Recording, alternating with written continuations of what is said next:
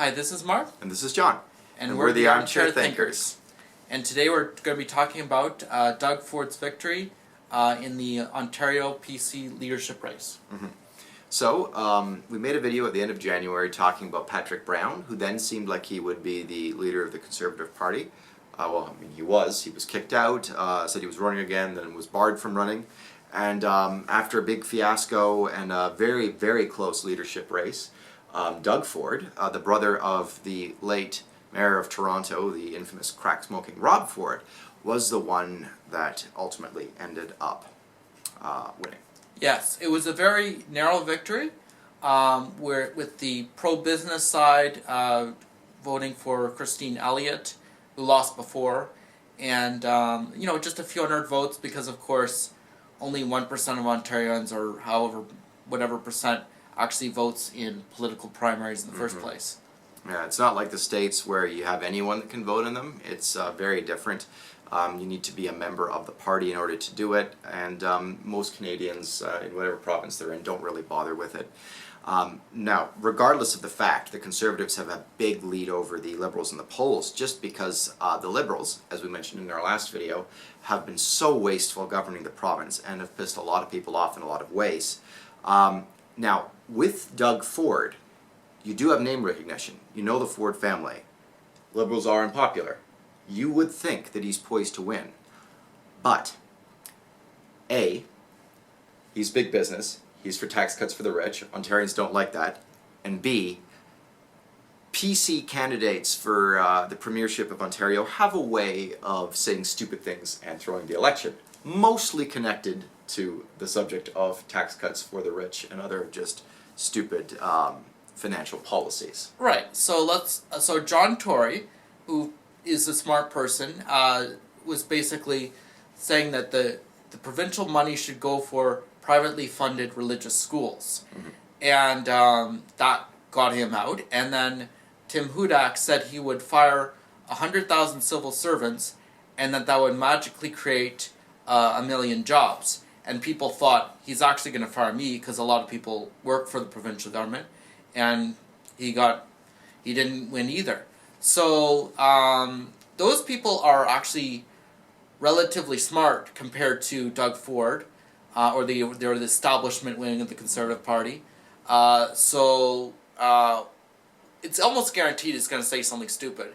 But the question is it going to be enough to throw a 20, 30-point lead? Well, see, that's what I'm doubtful about. Now that they have the name recognition of Doug Ford, it's fairly likely that he could win. Now, do not get us wrong. We think that the stupid comments are when, not if. There's so much of a track record for Conservatives, and Doug Ford is that type of politician, so the chances of it are huge. But he isn't quite as crazy as his brother Rob Ford was. He's a little more controlled. He's probably learned from some of his lessons. The question I have is, if the lead that they have does narrow a little bit, there is a possibility that he might try and pull a Trump and start appealing to the social conservative base. Most Conservatives in Ontario are afraid to do it, and it doesn't actually necessarily help them, because there are some Canadians who do believe in that type of thing.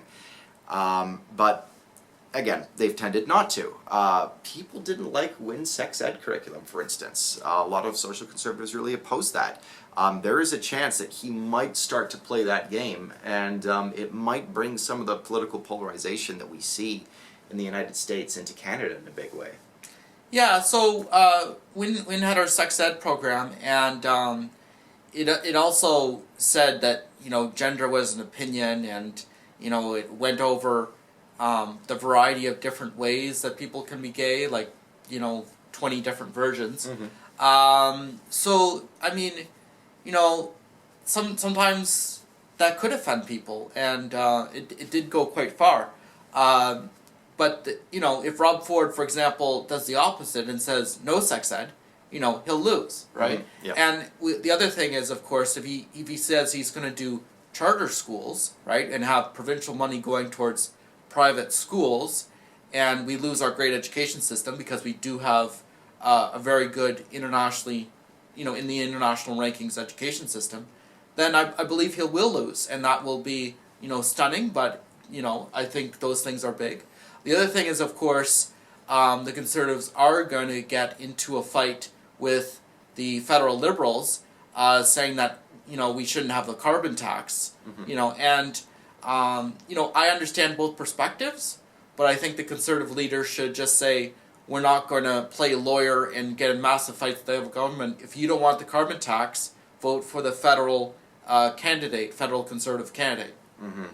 Yeah, I think Canadians are really confused on what issues are provincial and which are federal, because most people don't look into politics deeply. They have other things to worry about. But I do hope that enough information reaches the ears and eyes of Ontarians to make sure they make a wise decision in this election, because as far as I can tell, it's a real Sophie's choice. I might be surprised. Doug Ford might win. He might do really well. But again, there is that tax cuts for the rich thing that I don't think will actually benefit most Ontarians. You don't need to do that to cut back on the waste generated by the Liberal government. You can do it in a much more sensitive, compassionate way while still being practical and implementable. Yeah, and we should point out that the province is in charge of most things that are important: education, healthcare, and the social safety net, welfare. So those are things that people really value, versus the federal government, is not in charge of that as much things that are important to people. So we have to keep that in mind, that this is an important election and your services are on the line that you depend on for your life and your education.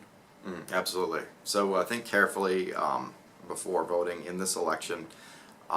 Try and press all of the candidates on what their policies are, if you happen to be in a position to ask them that, and certainly do your research, because it's a hard choice, but to me it'd be between the NDP and the Conservatives, not the Liberals. Yeah, and let me just say that we basically have a provincial NDP government now in terms of policies, in terms of the amount of spending on the provincial level. It's just that, Kathleen Wynne's corrupt and a terrible leader, so we might as well have somebody who isn't a terrible leader, and, it's basically the same in terms of fiscal policy. And, for the Conservatives, you're getting rid of Wynne, and that might make the electricity prices go down, of course. But of course now it's Rob Ford, and we'll also see, what other policies he has, because he hasn't come up with his policies yet. And if it includes tax cuts that only benefit top earners, there's not a lot of top earners in Ontario. So yeah, definitely a lot that we still need to be. We need to still wait on more information before we really can diagnose the campaign a little bit better. But that's things as we see them.